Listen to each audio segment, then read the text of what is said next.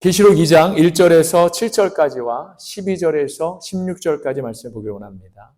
요한계시록 2장 1절에서 7절까지의 말씀과 12절에서 16절까지의 말씀을 우리가 함께 보기 원합니다. 한 절씩 교독하시겠습니다. 에베소 교회의 사자에게 편지하라. 오른손에 있는 7뼈를 붙잡고 7 금촛대 사이를 거니시는 이가 이르시되 내가 내 의인과 수고와 내 인내를 알고 또 악한 자들을 용납하지 아니하고 사칭 사자라 하되 아닌 자들을 시험하여 그의 거짓된 것을 나에게 드러내보라. 또 내가 참고 내 이름을 위하여 견디고 게으르지 아니한 것을 아노라.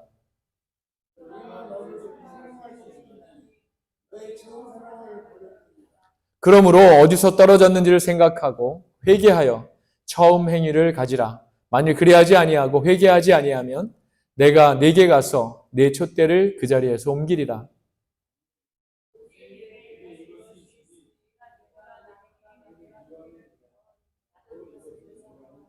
귀 있는 자는 성령이 교회들에게 하시는 말씀을 들을지어다. 이기는 그에게는 내가 하나님의 낙원에 있는 생명나무의 열매를 주어 먹게 하리라. 12절 계속 읽으시죠.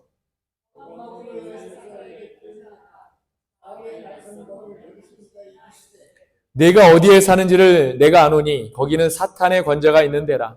내가 내 이름을 굳게 잡아서 내 충성된 증인 안디바가 너희 가운데 곧 사탄이 사는 곳에서 죽임을 당할 때에도 나를 믿는 믿음을 저버리지 아니하였도다.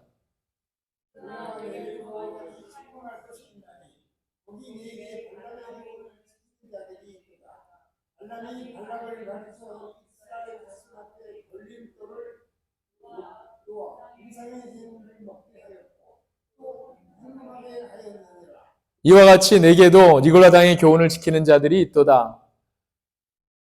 그러므로 회개하라. 그리하지 아니하면 내가 네게 속히 가서 내 입에 검으로 그들과 싸우리라. 아멘. 살아계신 하나님의 말씀입니다. 오늘은 대강절 셋째 주일이지요. 우리가 기쁨을 상징하는 그 초를 소망과 또 평강 초와 함께 우리가 점화를 했습니다. 이 시간 이 밝혀진 초와 같이 우리 주님으로 말미암아서 우리 오직 한 분이신 하나님으로 말미암아서 온전한 기쁨을 누리시는 저와 여러분 모두가 되시기를 주님의 이름으로 간절히 축원합니다. 아멘. 주님은 왕이십니다. 우리 주님은 우리의 왕이시지요. 우리 주님은 구원자이실 뿐만 아니라 지금 우리의 삶을 온전히 통치하시고 우리를 주관하시고 이 자리에 함께 하심을 말씀에 의지해서 선포합니다. 크리스천의 신앙은 아이러니하게도 삶이 어렵거나 힘들거나 또 두려운 상황이 올 때 오히려 더 많이 기도하고 간절한 마음으로 하나님을 더 찾게 되므로 그렇게 신앙이 더 좋아지는 것을 우리가 봅니다.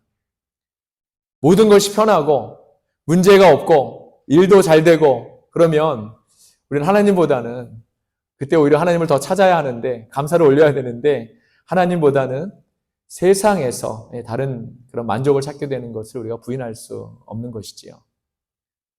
이것은 크리스천의 신앙생활뿐만 아니라 교회의 신앙도 그 맥을 같이 합니다. 초대교회의 역사를 보더라도 교회가 사탄의 공격과 핍박이 있을 때는 오히려 교회가 더 신실했고 그들의 믿음을 더 잘 지켜냈고 심지어는 죽을 각오로 순교할지언정 그들의 믿음을 사탄에게 내어주지 않았었지만 기독교가 로마의 국교가 되고 또 부유하게 되고 대형화되고 그렇게 안정을 찾게 되니까 오히려 더 교회가 타락하게 되었다는 그런 아이러니한 그런 사실입니다. 저는 우리 크리스천의 신앙은 결국 순교의 신앙이 그 정점에 있다고 믿습니다. 너무 극단적인 것 같죠? 하지만 결국 우리의 신앙은요, 내 목에 칼이 들어왔을 때 내가 과연 끝까지 믿음을 지킬 수 있을까? 아니면 그렇지 않은가로 이렇게 결정이 날 것이기 때문에 그렇습니다, 여러분.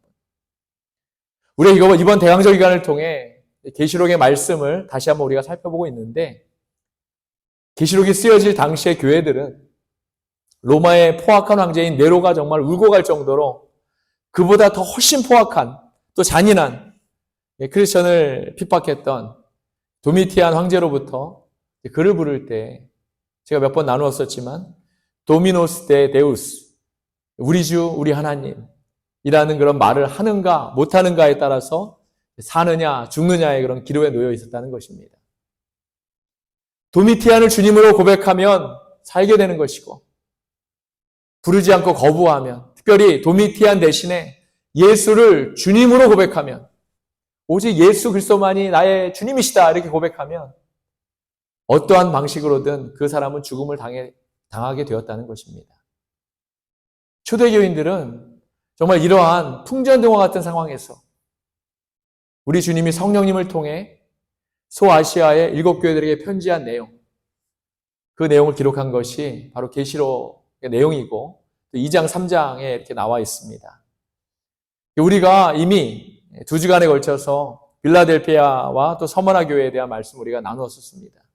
오늘은 에베소와 버가모 교회, 성령님께서 하신 말씀, 그것이 뭔지를 우리가 한번 살펴보기를 원합니다. 성령님의 말씀이 오늘 에베소 교회와 버가모 교회에 임하고 있습니다. 그리고 먼저 아까도 말씀드렸지만 지금 에베소와 버가모 교회가 처한 상황은 믿음을 지키기 위해서 죽음을 택할 것인가? 아니면 생존을 위해서 세상과 타협할 것인가? 바로 그 기로에 놓인 상황이었다는 것입니다. 그런데 이때 우리 주님의 위로의 말씀이 그들에게 임하고 있는데 먼저 에베소 교회에 임하고 있는 그런 말씀을 우리가 살펴보길 원합니다. 내가 내 행위와 수고와 내 인내를 잘 안다. 할렐루야. 저는 사실 이 7교회들에게 가장 중요하고 필요했던 그런 일은 바로 우리 주님이 직접 그들에게 말씀하셨다는 그런 사실이라고 믿습니다. 우리 주님이 직접 에베소 교회에 말씀하신 것입니다. 사랑하는 여러분, 우리 주님이 직접 말씀하시는 교회는요, 살아있는 교회인 줄 믿습니다. 할렐루야. 지금 우리가 무엇보다도 잃어버리지 말아야 할 것은 바로 이것입니다. 우리 주님이 직접 말씀하시는 교회. 우리 교회가 그러한 교회가 되어야 할 줄로 믿습니다. 1절에 보니까 오른손에 있는 7뼈를 붙잡고 7 금촛대 사이를 거니시는 이라는 구절이 나오죠. 계시록 1장 20절에 보니까 7뼈는 교회의 심구름끈이요 7촛대는 7교회라고 했습니다. 이 말씀을 보면 예수님이 이 소아시아 교회들을 전적으로 강력하게 붙잡고 계신다는 그런 말씀인 줄 믿습니다. 그런데 이 말씀에서 우리가 주목해야 할 내용은 7 금촛대 사이를 거니신다는 그런 구절입니다. 이 말씀의 뜻은 우리 주님이 교회들을 위해서, 당신의 백성들을 위해서 계속해서 일하고 계신다는 그런 의미입니다. 그것에 어려움이 있거나 핍박이 있거나 하더라도 우리 주님의 말씀이 있는 곳이면 바로 그곳에 우리 주님이 직접 일하고 계신다는 그런 말씀인 것입니다. 에베소는 당시에 소아시아의 수도와 같은 그런 곳이었습니다. 경제 중심지였다는 말씀이죠. 그래서 외국인도 많이 살았습니다. 이방인이 많았죠. 그래서 그들이 가지고 온 우상에 또 신전에 이런 것들도 많았고, 이방인들이 많이 모이다 보니까 향락, 동성애 이런 것들을 즐기는 자유도시로 이렇게 알려져 있습니다. 바울은 이 에베소에 약 2년 반 동안을 머물면서 전도했고 또 교회를 세운 것으로 이렇게 알려지고 있죠. 초대교회 당시에 가장 타락했던 도시가 어떤 도시인가 이렇게 물어본다면 단연코 고린도 교회입니다. 고린도입니다. 이렇게 말할 텐데 그 고린도와 상당히 비슷한 도시가 바로 에베소였다는 것이죠. 그에 못지 않았다는 겁니다. 고린도는 아프로디테라는 그런 강력한 우상의 신전이 있어서 고린도스럽다라는 그런 말 자체가 정말 아주 음란하다라는 그런 말로 여겨졌었는데 에베소도 이에 뒤지지 않게 타락한 도시였다는 것입니다. 고린도에 아프로디테가 있었다면 사도행전 19장 24절에 보면 에베소에는 아데미 신전이 있었습니다. 아데미 여신을 위한 신전이 있었다는 거죠. 아우구스투스 황제 시대 때부터는 황제가 자신을 숭배하도록 하는 신전을 이 에베소에 건축하기도 했다고 알려지고 있죠. 그런데 여러분, 이렇게 타락한 도시에 세워진 교회가 오늘 하나님께 칭찬받는 모습으로 소개되고 있는 것입니다. 2절과 3절을 다시 한번 볼까요? 내가 내 행위와 수고와 내 인내를 알고 또 악한 자들을 용납하지 아니한 것과 자칭 사도라 하되 아닌 자들을 시험하여 그의 거짓된 것을 내가 드러낸 것과 또 내가 참고 내 이름을 위하여 견디고 게으르지 아니한 것을 아노라. 아멘. 에베소 교회는 많은 박해와 시련을 겪었지만 믿음을 배반하지 않고 인내했다는 것입니다. 거기에다가 그들은 바른 신앙을 지켜냈다는 것이지요. 교리책이나 신앙서적 같은 것도 없었을 텐데 그들이 거짓 복음을 밝혀냈다는 것이 참 놀라운 일입니다.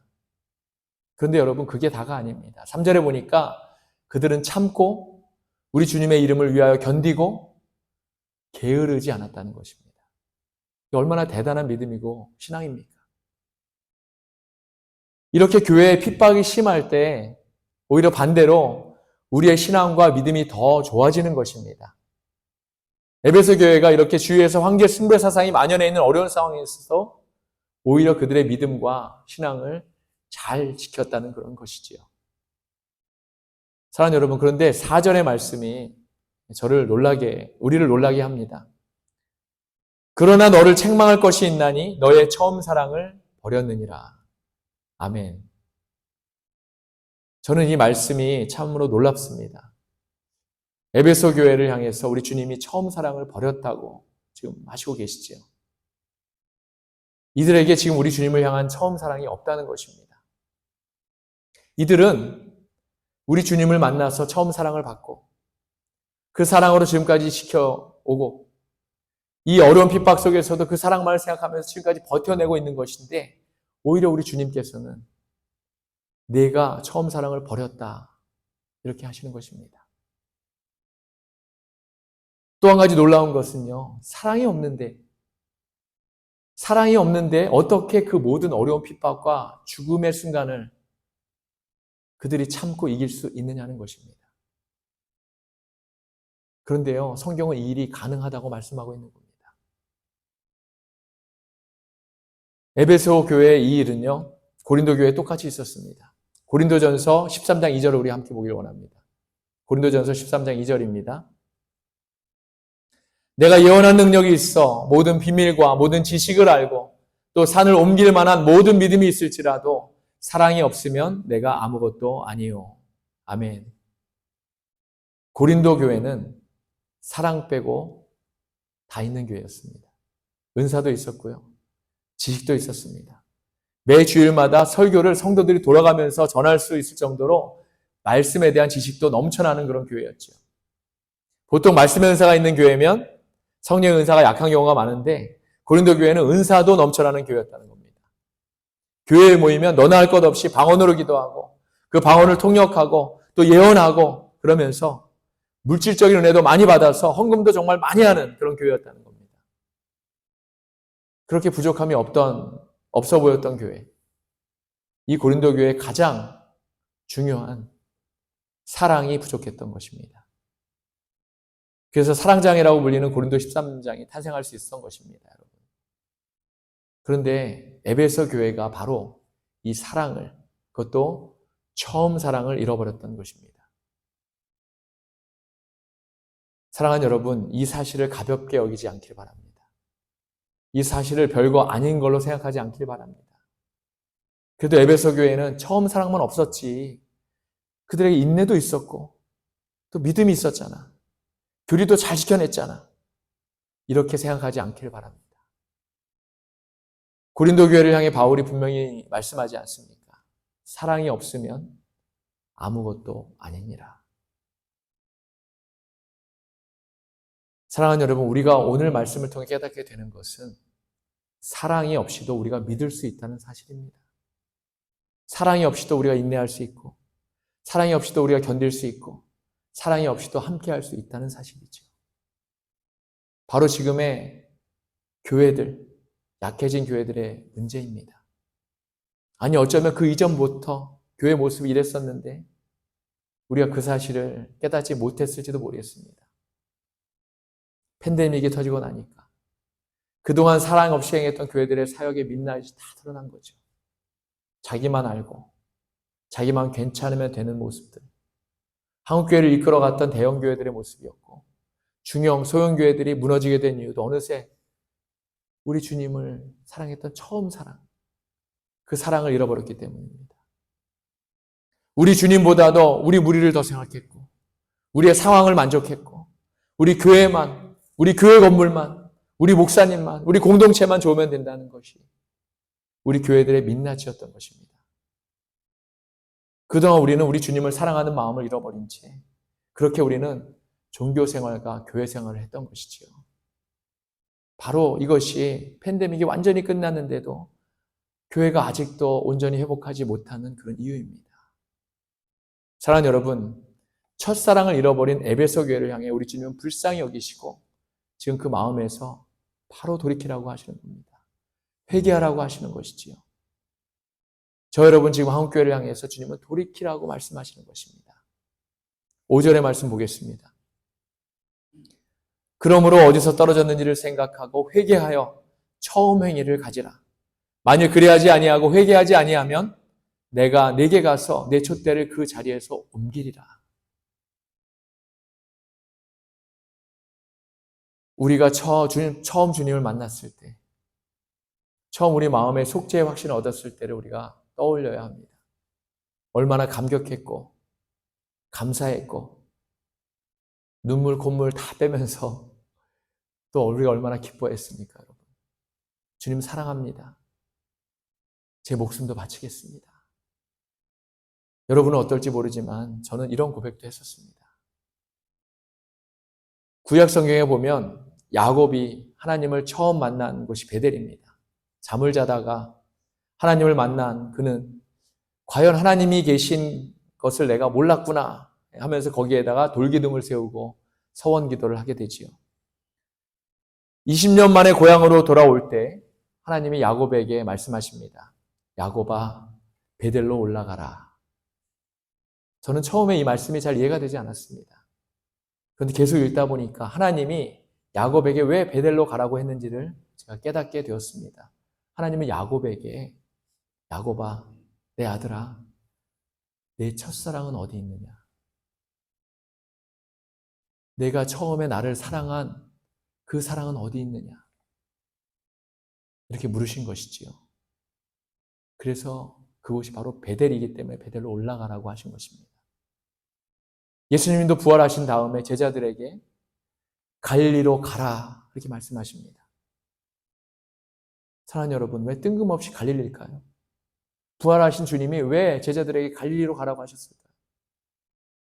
예수님이 돌아가시고 부활하시면서 그 모든 무대는요, 예루살렘이 그 중심이 되었습니다. 그래서 나중에는 예루살렘에서 성령을 기다리라고 하지 않습니까? 그런데 부활하신 주님이 제자들에게 예루살렘이 아니고 처음으로 가라고 하신 곳이 갈릴리라는 겁니다. 갈릴리는 바로 제자들이 우리 주님을 처음 만난, 처음 사랑이 있는 곳이기 때문에 그렇습니다. 우리 주님은 제자들이 그 당시에 알았던 주님과의 처음 사랑, 그 처음 사랑을 다시 온전히 회복하기를 원하신 것입니다. 그럼 이제 버가모 교회에 하신 말씀을 한번 살펴볼까요? 에베소처럼 이 버가모도 황제 숭배 사상이 만연한 그런 곳이었고 황제를 위한 신전이 있던 도시였습니다. 그런데 버가모는 에베소에 한술 더 떠서 여러 우상들이 이교적 숭배 행위의 중심이었다고 알려져 있습니다.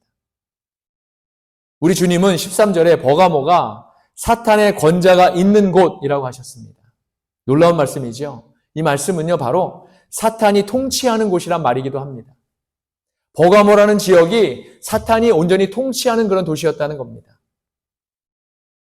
버가모에 얼마나 우상 숭배가 심했고 사탄의 역사가 강했는지 우리 주님의 이 말씀으로 우리가 미루어 짐작할 수 있는 것이지요. 이 지역이 이런 형편이었는데도 버가모 성도들은 주의 이름을 굳게 붙잡고 교회가 온전히 이 핍박들을 지켜내고 있었다는 겁니다, 여러분. 특히 교회의 리더로 추측되는 안디바라는 사람이 교회 바로 옆에 있던 신전에서 죽임을 당하게 되었는데 주님은 그곳이 사탄이 사는 곳이라고 말씀하셨습니다. 바로 이러한 어렵고 두렵고 힘든 상황에서도 버가모 성도들은 그들의 믿음을 끝까지 버리지 않았다는 것입니다. 지켜냈다는 것이지요.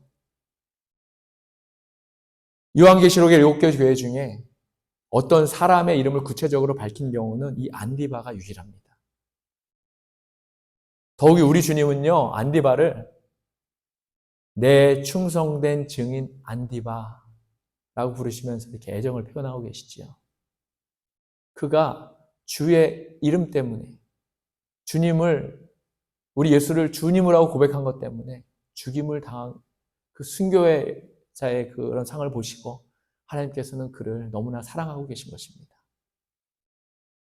사랑하는 여러분, 우리는 그 어떤 순간에도 안디바처럼 오직 주님만을 바라봐야 할 줄 믿습니다. 우리가 그러할 때 주님으로 인해서 어떤 고난이 올 때도, 어떤 어려움이 올 때도 곧 그것이 우리에게는 큰 영광이 되는 것이고 오히려 그것이 바로 우리의 큰 기쁨이 되는 것을 우리가 알게 되는 것이고 충성된 증인으로 우리가 결단할 수 있게 되는 것입니다. 하지만 이렇게 귀한 버가모 교회도 주님의 책망을 받았습니다.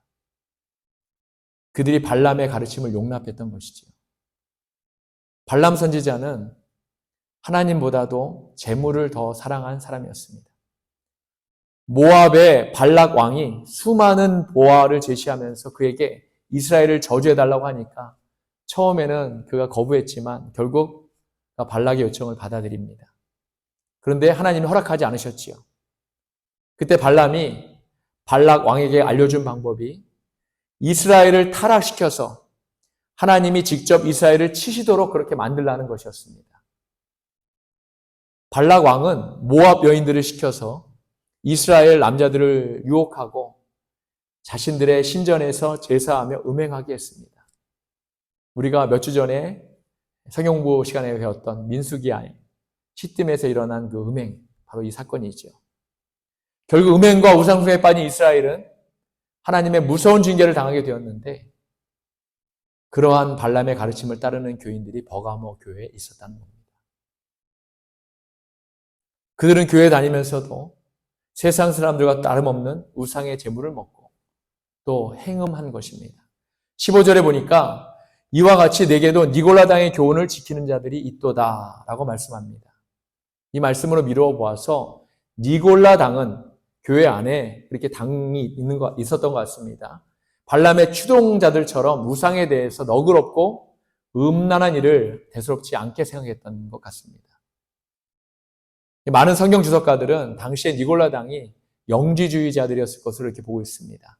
이들은 영혼과 육신을 완전히 구분해서 영혼이 구원받았으면 육신은 아무렇게나 살아도 된다고 이렇게 믿었다는 겁니다. 지금의 구원파 같은 그런 교리인데 이미 구원을 받았으니까 몸은 마음대로 아무렇게나 살아도 상관없다는 그런 거죠.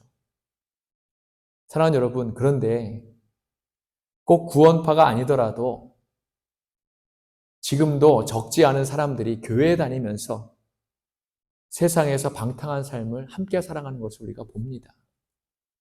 뇌물도 주고 혼전순결과 부부 사이의 정결도 우습게 하는 이런 사람들이 얼마나 많습니까? 부모 자식 간에도 완전히 윤리가 다 깨진 상황이 얼마나 많습니까? 거기에다 불법으로 사업도 하고 점을 보러 다니고 이런 크리스천들이 적지 않다는 것입니다. 버가모 성도들 중에 일부가 그런 교인이었다는 것이지요. 그런데 문제는 버가모 교회가 그런 교인들을 용납하고 있었다는 겁니다.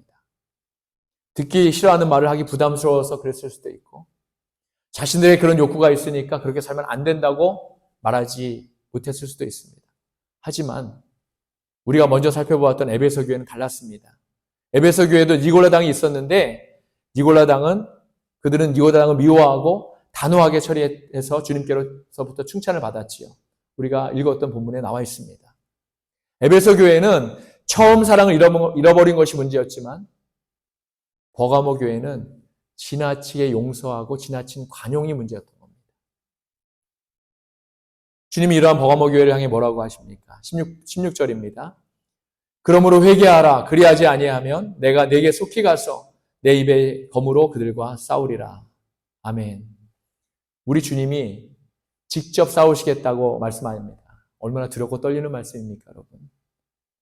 여기서 우리는 크리스천임에도 세상에서는 세상의 방식대로 살 수밖에 없다라는 생각이 얼마나 무서운 생각인지를 분명히 깨달아 알아야 할 줄로 믿습니다. 우리는 세상에서도 말씀대로 살아야 하는데 오히려 세상의 방식대로 살아가는 경우가 얼마나 많습니까?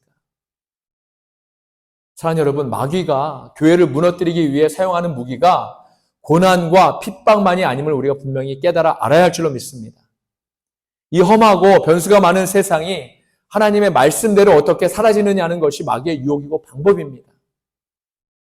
그런데 우리의 현실은 하나님의 말씀의 원리대로 사라지기가 쉽지가 않습니다.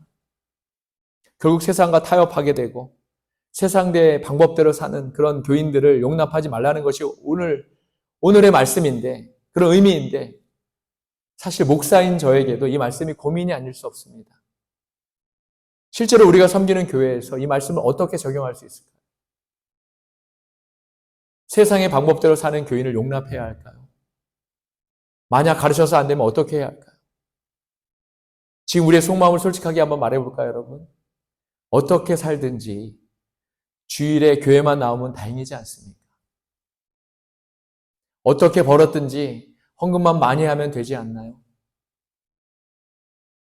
이렇게 생각하는 사람들도 있을 줄 압니다. 사랑하는 여러분, 그래서 교회와 우리가 항상 깨어 있어야 하는 것입니다. 마귀가 성도를 무너뜨리기 위해 사용하는 세상의 유혹, 이 유혹이 얼마나 무서운지 모릅니다. 고난의 때에는 우리가 더 긴장하고 오히려 주님께 더 나아가게 되지만 풍요의 때가 찾아오는 유혹의 순간에는 어느새 우리도 모르는 사이에 너무 쉽게 우리의 틈을 내어주게 되는 것입니다. 우리의 믿음을 내어주게 되는 것이지요. 중세교회 역사를 보더라도 그렇고 100년 좀 넘는 그런 한국교회사를 보더라도 그렇습니다. 한국교회는요, 고난과 핍박의 시절, 힘들고 가난했던 시절, 모두가 다 어려웠던 시절, 그 시절에 더 하나님께 매달리고 기도하고 영적으로 강해져서 국가와 사회를 이끌어가는 그런 정신적, 영적 리더가 되었습니다. 교회에 나간다 그러면은 그 사람 다시 받습니다. 거룩한 사람들로 여겨졌지요. 하지만 교회가 풍족해지고 대형화되고 하면서 팬데믹이 오니까 오히려 교회가 사회의 문제거리로 이렇게 자리매하게 되지 않았습니까? 이러한 똑같은 문제가 버가모 교회를 병들게 한 겁니다. 사랑하는 여러분, 버가모 교회처럼 되어버린 지금 이제 우리가 어떻게 해야 하겠습니까? 어떻게 해야 할까요? 오늘 우리 주님의 말씀 분명합니다. 회개하라. 우리가 회개해야 합니다. 할렐루야. 저는 회개가 우리의 삶에서 얼마나 중요한지 알고 있습니다. 너무나 잘 알고 있습니다. 회개가 완전히 죽어버린 제 영혼을 살리는 경험을 저는 했기 때문에 그렇습니다.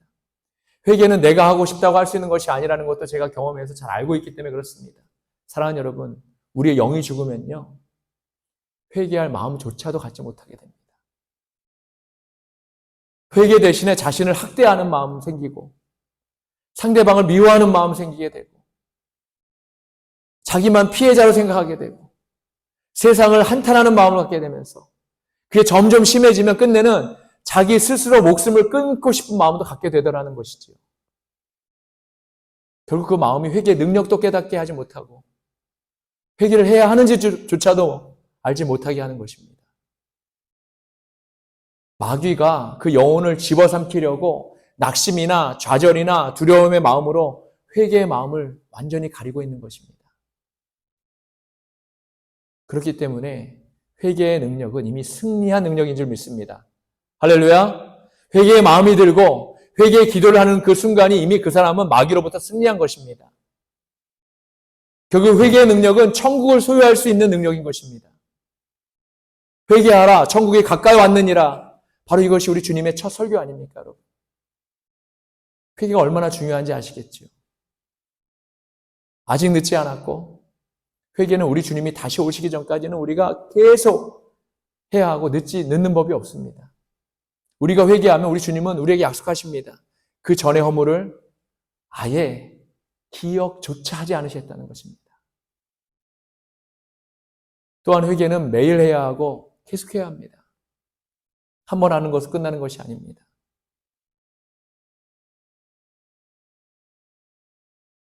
이전에 버가모와 같은 행실이나 마음이 조금이라도 있었다면 오늘 이 시간 완전히 회개하시고 깨끗함 받으시기를 소원합니다. 이 시간 마음껏 회개하시고 우리 주님과 회복하시길 바랍니다. 말씀을 정리합니다. 사랑하는 여러분, 여러분의 우리 주님과의 첫사랑은 어디입니까? 여러분의 베델은 어디입니까? 여러분의 갈릴리는 어디인가요? 지금 우리에게 꼭 반드시 필요한 일은 우리의 처음 사랑을 온전히 회복하는 일입니다. 또한 온전히 회개하는 일입니다. 회개가 곧 회복이기 때문에 그렇습니다. 그런데 우리가 처음 사랑을 회복하려면 나는 죽고 예수가 살아야 가능한 줄 믿습니다. 내가 죽었을 때 하나님이 우리를 처음 만나 주신 것을 기억하고 내가 죽어야 합니다. 먼저는 내 자아가 죽어야 하고 내 고집이 죽어야 하고 내 혈기가 죽어야 하고 내 욕심이 죽어야 하고 내 이생의 자랑이 완전히 죽어야 합니다. 나는 없고 내 안에 오직 예수 그리스도만 나타나야 하는 것이지요. 이것이 온전한 회개이고 회복인 줄 믿습니다. 우리가 처음에 사랑으로 살려면 항상 우리 주님만 바라보아야 합니다. 저는 이 대강절에 우리 교회가 온전히 회개함으로 완전히 회복되는 그런 교회가 되기를 소원합니다. 이 대강절 셋째 주에 성령이 우리 교회에게 하시는 말씀, 성령께서 산나온밸리 한인교회에 하시는 말씀, 회개하라, 그러함으로 회복하라, 이러한 기쁨의 교회와 성도가 되시기를 우리 주님의 이름으로 간절히 축원합니다. 아멘. 기도하시겠습니다.